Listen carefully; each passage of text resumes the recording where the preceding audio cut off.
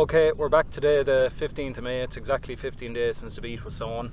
While we can't see anything in a line yet, as I look at the ground, I can see beet at the cotyledon stage, so it emerged in the last 5-6 days.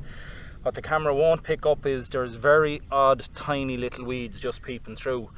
Because it's my field and I know the history of it, I know the weeds that are going to be coming, and again, it's going to be very predictable. The weather's been a bit cool. It's actually been dry since we sowed. We got 5 mil of rain though on Saturday night, which has helped the emergence. As quick as the sprayer driver can see lines in this field, which is probably 2 days away, we will be spraying.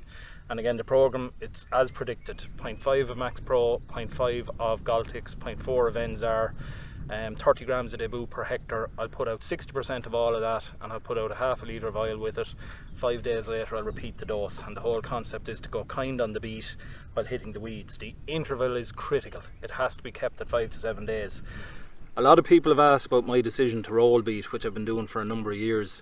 Basically, it's about getting a fine, level, firm surface to have the minimum amount of clods, so your weed spray is getting at the small little targets. In essence, a key point to remember with beet, the main point to remember with beet herbicides, is you never look at the beet as regards when to go with a herbicide. You look at the weeds, because with the debut program, it is so kind on the beet. You don't need all the beet to be emergent. You can spray beet at 10% emergence. You can, in theory, spray beet with no emergence if all the weeds are up. So you look at the weeds at all times. You're targeting the weeds when they're small, getting in as quick as possible, and that's the main thing you have to be concerned about. I would have spoke to 2 times I was in the field previously about the forage rape break crop that was here in the winter, and a little bit of concern I had that this particular field, because it was the last to be grazed, didn't have a lot of leaf when I spraying, but given the time of the year, it was important I get something started in terms of getting work done. Those 3 samples that I'm showing you, they're dead. They got enough glyphosate, they're left on top of the ground, they're okay. These 2 particular ones are the type of things I was concerned about. I've just pulled them out of the ground. The roots were buried in the ploughing, and they've just shot up 2 little sprouts out of them.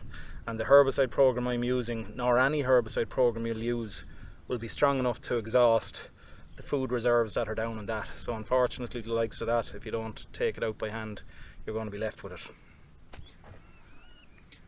I also mentioned the last day one of the downsides of rape is slugs love it. And here's one of these little plants that is starting to regrow, and I just happened to break it off its root. What's the first thing I find? A little slug grazing away still. So as I said, rape, slugs, hand in hand.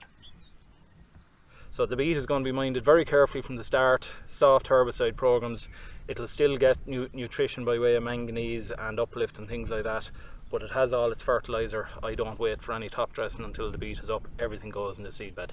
So we're pretty much on schedule. We start herbicide here in about 2 days, and hopefully it'll all go according to plan.